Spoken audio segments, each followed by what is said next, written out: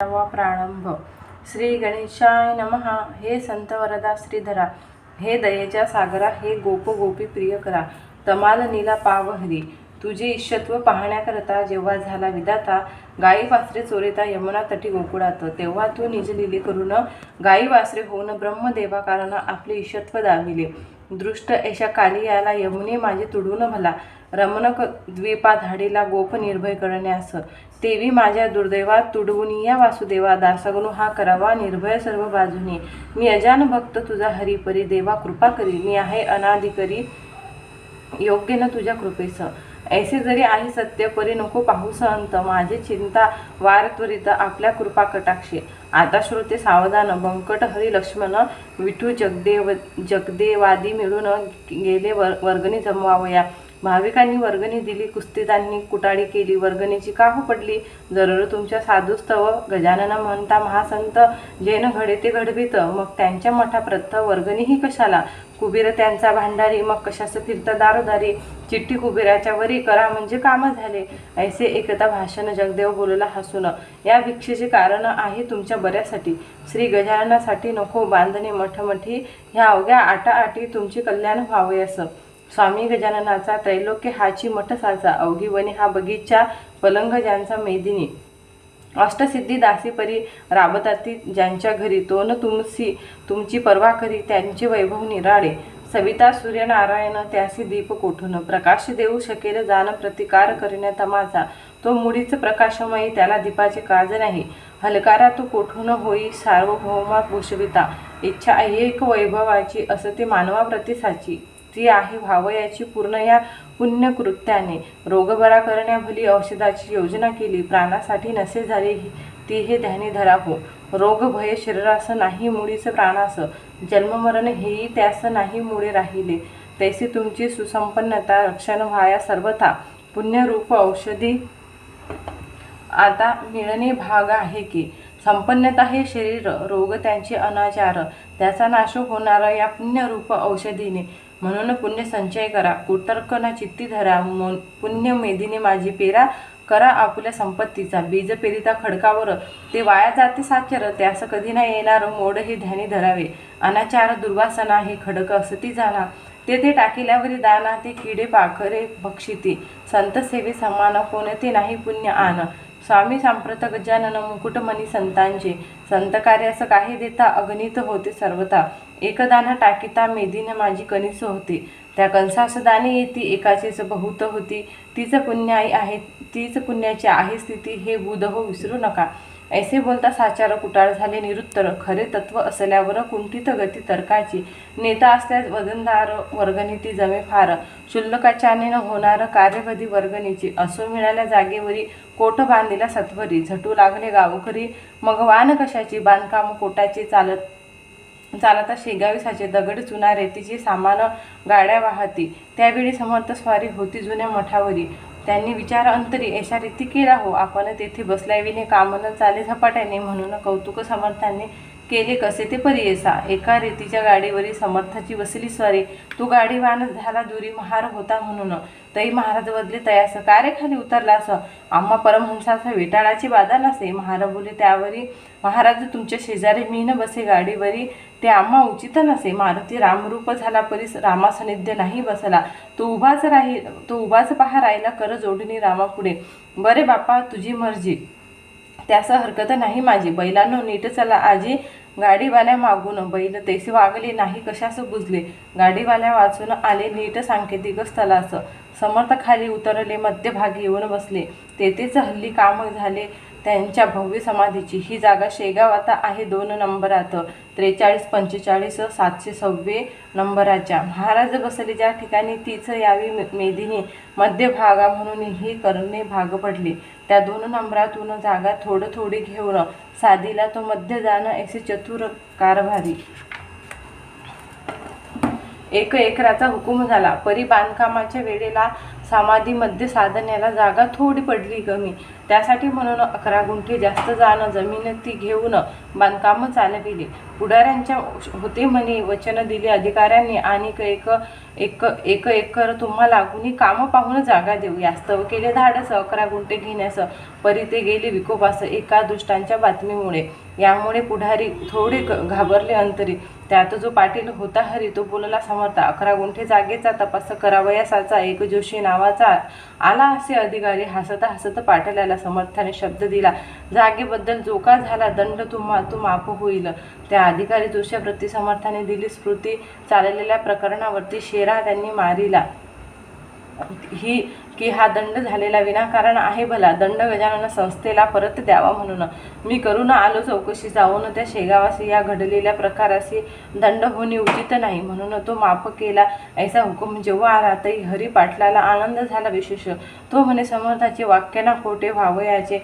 मजबरी किटाळ महाराजांचे येऊन गेले नुकते एक. त्यावेळी महाराजांनी भिवू नकोस म्हणणे तुझ्या एकाही केसा लागून धक्का न त्याचा बसेल. तेच खेर घडून आले साचार. तैसाचा हाही प्रकार आज दिनी झाला असे. समर्थ वाक्य खोटे झाले ऐसे कोणी न कधी ऐकिले. असो शेगावाचे लागले लोक भजनी स्वामीच्या.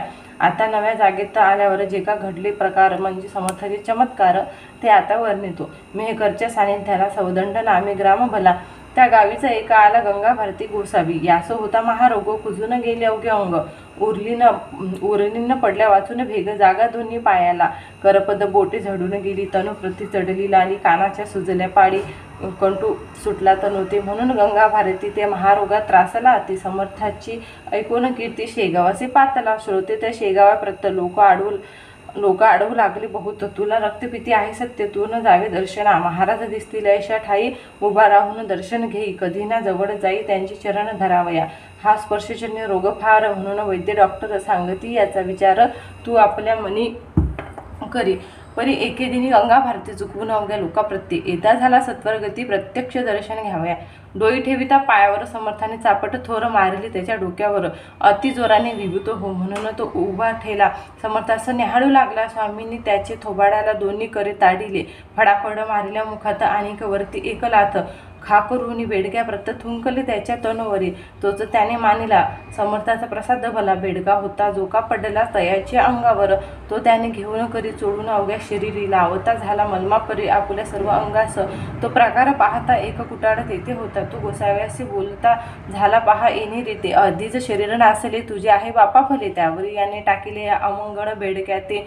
तू प्रसाद मानिला अवघ्या अंगाते चोडीला जा. लावून साबणाला धुवून टाकी सत्वर. हे ऐसे वेडे पीर विचरू लागता भूमीवर. त्यांची अंधश्रद्धेचे नर साधू ऐसे मानती. त्याचा परिणाम ऐसा होतो अवधी कृत्यास ऊत येतो. तो येता सहज जातो समाजा तो रसा तडा. याचे तुझेच उदाहरण. तू औषध घेण्याचे सोडून आलास की रे धावून या वेड्या पिशापाशी. गोसावी ते ऐकता हसू लागला सर्वता. म्हणे तुम्ही येथेच चुकता. याचा करा विचार. अमंगळ साधूपाशी काही न राहते निश्चयसी. कस्तुरीच्या पोटाशी दुर्गंधी ना वसे कदा. तुम्हा दिसला बेडका तो हा प्रत्यक्ष मलम देखा. कस्तुरीच्या सारखा सुवास येतो या लागी. तुम्हा संशय असल्यास पहा माझ्या अंगास. हात लावून या खास म्हणजे कडून येईल की. त्यात थुंक्याचे नाव नाही अवघी औषधे आहे पाही. मी इतुका वेडा नाही बेडक्याचा मलम मानणारा. तुझा त्याशी संबंध नव्हता म्हणून बेडका दिसला तत्वता. समर्थाची योग्यता त्वानमुळे जाणिली. त्याचे पाहण्या प्रत्यंतर चाल जाऊ. एक वार स्नान केलेल्या जागेवर वेळ आता करू नको. समर्थ स्नान प्रति दिवशी करतील ज्या जागेसी तेथल्या ओल्या मातीशी मी लावितो निजांगा. ऐसा संवाद तेथे झाला. दोघे गेले स्नानस्थला. तू कुटाळासे आला अनुभव गोसाव्या परीच. मृत्तिका स्नानस्थलाची दोघांनीही घेतली साची. तो गोसाव्याच्या हाती बैसली औषधी होऊन. कुटाळाच्या हातात ओलीच माती आली खचित. दुर्गंधीही किंचित येत होती ती येला. तो प्रकार पाहता क्षणी कुटाळ घोटाळला मने. कुस्तीत कल्पना सोडून शरण गेला समर्था. असो कोणी गोसाव्या ते जवळ बसू देत नव्हते. हा दूर बसून भजना ते करी स्वामी पुढे नित्य. आवाज गंगा भारतीचा पहाडी गोड मधुर साचा. अभ्यास होता गायनाचा त्या गंगा भारतीला. ऐसे 15 दिवस गेले. रोगाचे स्वरूप पालटले लालीने ते सोडिले तयाचे अंगाला. चाफे झाले पूर्ववत भेगापदीच्या निमाल्या समस्त. दुर्गंधीचा मोडला त्वरित ठाव त्याचा श्रोते हो गोसावीचे ऐकून भजन होई संतुष्ट समर्थ मन, प्रत्येक जीवा कारण गायन हे आवडते. बायको गंगा भारतीची अनुसया नावाची ती शेगावी आली साची, न्याया निजपतीला संतोष भारती कुमार होता तिच्याबरोबर येऊन पतीस जोडीली करत. चला आता गावात तुमची व्याधी बरी झाली, ती मी दृष्टी पाहिली. समर्थ साक्षात चंद्रमौळी आहेत हेच खरे असे. मुलगा तेच बोलला म्हणे बाबा चला, बाबा गावी चला. पुसून गजानन महार झाला, येथे राहणे पुरे झाले. गंगा भारती म्हणे त्यावर मला नका जोडू कर, आजपासून साचार मी तुमचा खचित नाही. ही अनाथाची माऊली स्वामी गजानन येथे बसली, त्यांनी माझी उतरविली धुंदी चापट मारून. राख लाविली अंगाप्रत आणि चित्त तुझे संसारात, केलीस विटंबना बहुत या भगव्या व्रस्ताची. ऐसे संकेते बोलिले, थापड्या मारून जागे केले. आता डोळे उघडले, संसाराचा संबंध नको. हे संतोष भारती कुमारा, तू तुझ्या आईस नेई घरा, येथे नकोस राहू जरा, सवदंड जवळ करावे. हिचेच जीवमान जोवरी तोवरी, हिची सेवा करी, ही तुझी माये खरी, हिला अंतर देऊ नको. मातोश्रीची करिता सेवा, तो प्रिय होतो वासुदेवा. पुंडलिकाचा ठेवावा इतिहास तो डोळ्यापुढे, मी येता सवदंडात पुन्हा रोग होईल पूर्ववत. म्हणून त्या आग्रहात तुम्ही न पडावे दोघांनी. आजवरी तुमचा होतो, आता देवाकडे जातो. नरजन्माचा करून घेतो काहीतरी उपयोग, हा वाया गेला खरा नराचा जन्म साजेरा. चुकला 84चा फेरा, ऐसे साच सांगितले. समर्थ कृपेने निश्चिती झाली मला ही उपरती, या परमार्थ किरीत माती टाकू नका रे मोहाची. ऐसे सांगून कुटुंबाला मुलासह सौदंडाला दिले धाडून राहिला आपण तसाच शेगावी. पदपदांतरे समर्थाची आवडीने म्हणावी साची, त्यास कला गायनाची येत होती युक्त हो. प्रत्येहितो अस्तमाना एकतरा येऊन जाना, समर्थाच्या सानिध्याला बैसून भजन करीत असे. ऐकून त्याचे भजन इतरांचीही हर्षे मन, वस्तू अशीच आहे गान रंजविणारी सर्वाते. हा गंगा भारती बरा झाला, रोगाचा पत्ता मोडला, मनकापुरास पुढे गेला गजाननाच्या आज्ञेने. असो एकदा पौष मासी, झामसिंग आला शेगावासी, बोलत झाला समर्थासी, माझ्या गावास चला हो. मम भाच्याच्या गृहाला अडगावी नेण्याला, मी आलो होतो आपणाला, तरी आपला करार ऐसा होता समर्था. मी नाही येता आता, नको करू आग्रह, वृत्ता पुढे मागे येईल. त्याला दिवस झाले बहुत, आता चला मुडगावात, मी आहे आपला भक्त, माझी इच्छा पूर्ण करा. मुडगावात माझे घरी काही दिवस राहा, तरी मी अवघी करून तयारी न्याया आलो आपण. झामसिंगाबरोबर मुडगावी आले साधूवर, दर्शना लोटली नारी नर, तोंड आनंद भरनवे. झामसिंगाने भंडारा घातीला असे थोर खरा, मुडगावना झाले गोदा तीरा, दुसरे की हो पैठणा माझी एकनाथ, मुडगावी गजानन संत. भजनी दिंड्या अमित आल्या भजन करावया. आचार्य लागले स्वयंपाका, अर्धा स्वयंपाका झाला निका, तही महाराज बोलले देखा ऐसे झामसिंगासी. झामसिंगा आज चतुर्दशी, मुडीचा आहे रिक्त स्थिती, भोजनाच्या पंक्ती पौर्णिमेला होऊ दे. झामसिंग बोलला यावर, स्वयंपाक झाला तयार, लोक जमले आहेत फार, आपला प्रसाद घ्यावया. स्वामींनी केले बोलणे, तुझे व्यवहार दृष्टीने योग्य परी, हे न माने त्या जगदीश्वराला. झामसिंगा हे अन्न न येईल उपयोगा, कारण तुम्हा प्रापंचिका लागून आपलेच भावे वाटते.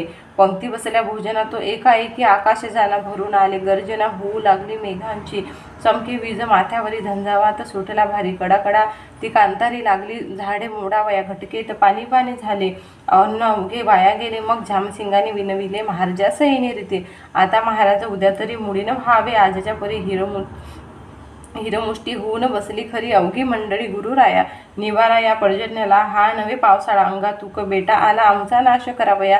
आता पाऊस पडेल तरी शेतीचे होईल वाटोळे, ते पहा सकळ.